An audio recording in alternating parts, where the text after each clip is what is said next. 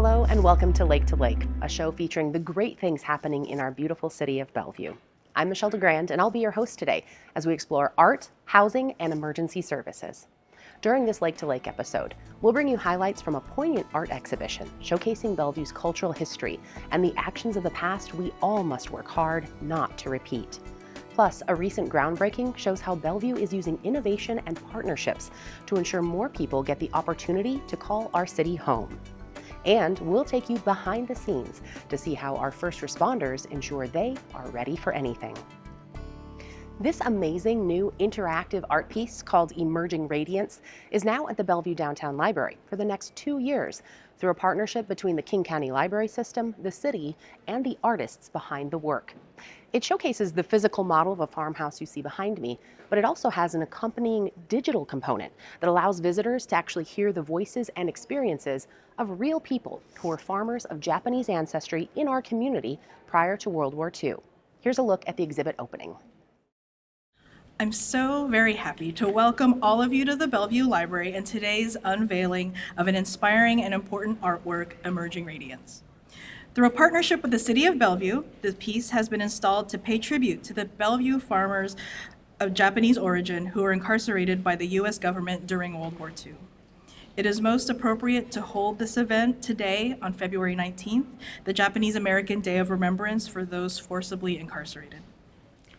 Emerging Radiance is a loving tribute to all the families who helped make Bellevue what it is today, and those who returned, as well as many more who had to remake their lives elsewhere. Emerging Radiance challenges us to look back, no matter how painful, and to remember. It forces us to see ourselves, but also points to higher possibilities.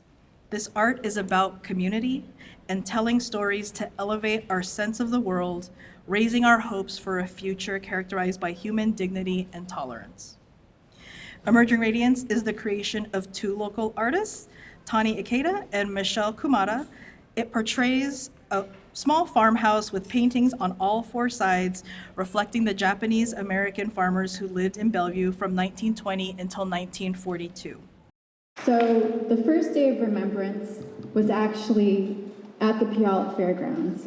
And this is where my grandfather and my family was incarcerated. And growing up, that was just the place that you go to play. That was the fairgrounds. And I never knew that that was actually the place that my family had been imprisoned. So working on this project has been incredibly powerful and important to me. I want to thank the city and Lori in particular for stewarding this project and giving it a home at the library. And I also want to thank Michelle Kumada, who is the visual artist of this project. She's the beating heart of Emerging Radiance and has done this project with so much care. And as many of you may know, carrying this story for years and across generations is an art in and of itself. And there's so many details, not only in the artwork that you'll notice with the stamps that Michelle has created, but also in the way that she's cared for every single person on this project. She's taken so much care to make sure every single person feels acknowledged and loved and cared for in the process. I was born and raised in Seattle. My parents were both born in Minidoka, an American concentration camp in Idaho during World War II. And when I was 10 years old, I remember the shock of a drunk woman calling my grandmother, mother, and myself Jap. We were all stunned. We didn't say anything, and we never talked about it.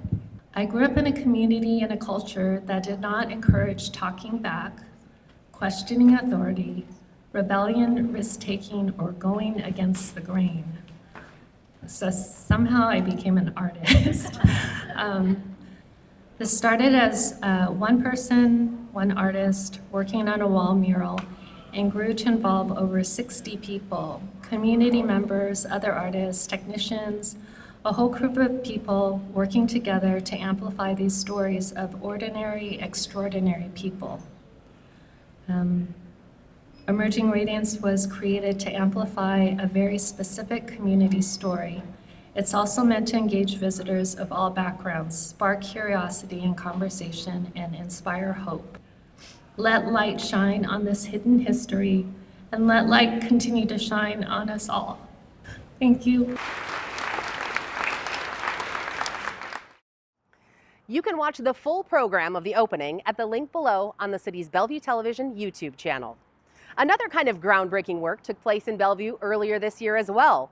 In a unique partnership between Sound Transit, the city, Amazon, and affordable housing providers, land near light rail stations is being offered specifically for advancing affordable housing development as the city continues to grow. The first of these developments broke ground in February, and the partnerships that made it possible will support the creation of more affordable housing in Bellevue for years to come. I can tell you on behalf of Bridge Housing, this is absolutely an honor to be part of this project. What's going to happen is the site's going to be home to a beautiful and sustainable new community that's going to give 234 households the dignity of a stable home that they can afford. So everybody, it really just shows what can happen if we were able to really come together with a shared commitment to improve lives, strengthening the communities by increasing the supply of quality affordable housing.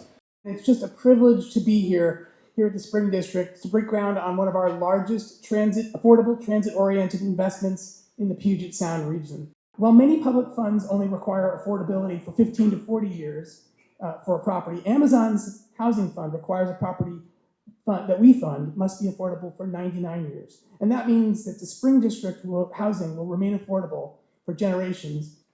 And today, I'm absolutely delighted to announce that Amazon is committing $100 million with the city of Bellevue to expedite the development of affordable housing across the city. Thank you. With this commitment, which applies both to private and city-owned sites, this commitment will help reduce the Bellevue development timelines by 1 to 2 years and accelerate the delivery of much-needed affordable homes. It's very important to Amazon, and it's important to me personally as a 31-year resident of this Puget Sound region, that we give back to the communities where we live and work, and that we help build communities that are sustainable. We will continue to support transit-oriented development as well as the preservation of affordable housing in the communities that Amazon calls home. I'm so excited to be here for this. I'm really proud that our council supported legislation that enabled Bridge to get expedited permitting because they did affordable housing. And they were the first project to take advantage of that.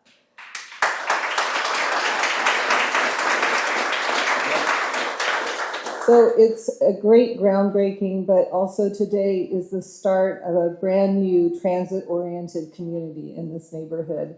You know, for years, only 10% of housing in Bellevue was affordable to anyone earning less than 80% area median income.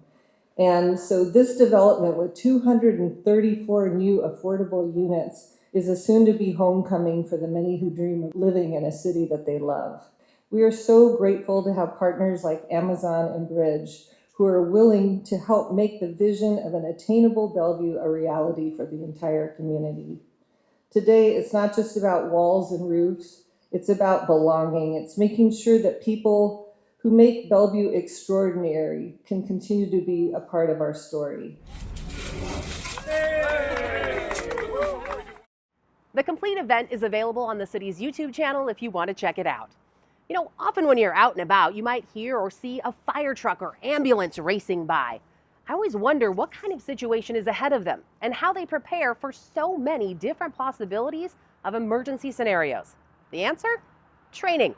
And today we'll get to see the lengths they go to ensure they are ready for any emergency to protect the public and save lives. Welcome to the Comprehensive Medical Scenario Station. You'll be evaluated as the lead EMT using the Washington State Practical Skill Set. Hey man, how's it going? Are you okay? No? Okay. Today is the final testing day for these brand new firefighters that just finished their emergency medical technician training. This is their practical test. They've already taken this course's written test, and all these people have passed. So it's a big day, a lot of pressure, but the instructors have prepared us really well. We've all been studying really well. This is 6 weeks, and it is complete immersion. So we're here 40 hours a week. It's equivalent to about a 12-credit college course. So from here, they're fully qualified to respond in a 911 call and try and save somebody's life. We have a lot of responsibility with our job title and our job position, so there's a lot of material we have to learn in a short amount of time. Some of us have experience, some of us don't. We bring in other instructors from outside. We try and talk them through lots of different scenarios, from not sick patients to people that are dying and they just don't know yet, and how to recognize that. This is the bread and butter. They are firefighters, but they are EMTs, and they're going to go out, and this is where they're going to save people's lives. This is definitely the most comprehensive and well-skilled training that I've received. There's a lot of instructors, a lot of people putting in their time to help us with the course. We don't have as many fires anymore. People get hurt, people have emergency medical incidents. This is what they need to be good at. And this is where they need to make quick decisions to try and save somebody's life. On a fire, the biggest risk they have is putting their own lives or our lives in danger. If they're not a good EMT, they're putting the public's life in danger. So I need them to be the best. And thanks to that training, we know we have some of the best right here in Bellevue. Well, that's all for this month's Lake to Lake. If you have any feedback or questions for us, you can email us anytime at btv@bellevuewa.gov. And subscribe to our YouTube channel so you can get notified of the city's latest video news and information.